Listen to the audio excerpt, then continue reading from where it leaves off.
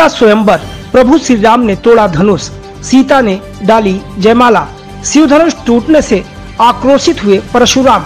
रामलीला मैदान गोपीगंज में शनिवार को धनुष यज्ञ, रावण बाणासुर, लक्ष्मण परशुराम संवाद आदि लीला का मंचन किया गया।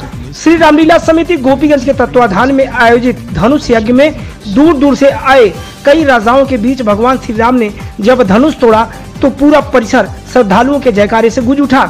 राजा जनक के दरबार में आयोजित स्वयंवर में कई देशों के राजकुमार व विश्वामित्र के साथ राम लक्ष्मण भी उपस्थित थे।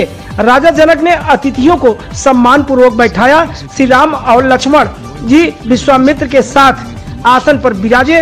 राजा जनक ने स्वयंवर की शर्त बताई, जो शिव धनुष को तोड़ेगा उसी से बेटी सीता का विवाह करेंगे।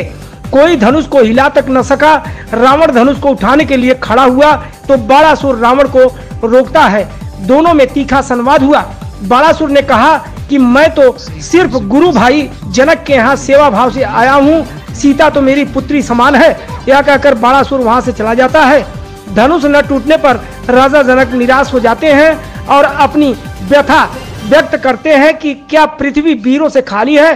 तभी लक्ष्मण उठ खड़े होते हैं और कहते हैं कि यदि गुरु की आज्ञा मिले तो मैं धनुष को तोड़कर फेंक दूं।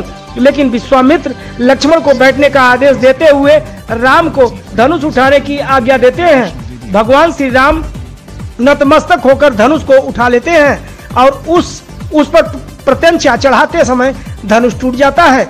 धनुष टूटने के बाद सीता राम के गले में जयमाल डालने पहुंचती हैं। इसी बीच शिव धनुष टूटने की जानकारी पर परशुराम वहां पहुंच जाते हैं। उनके आक्रोश व फरसे को देख भयभीत राजा वहां से भाग खड़े हुए।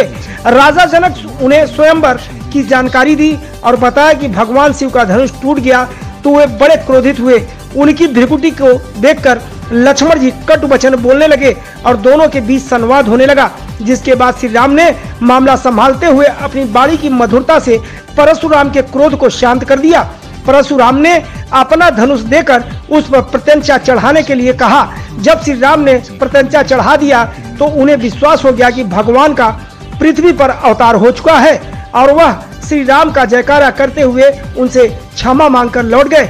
इसके बाद मुनि विश्वामित्र ने जनक से कहा कि वह अपना दूत भेजकर अयोध्या के राजा दशरथ को विवाह का निमंत्रण भेजे। इधर जनकपुर में मांगलिक गीत के बीच विवाह की तैयारियां होने लगी। लीला व्यास शेषधर पाठक ने भगवान की आरती के बाद लीला को विराम दिया।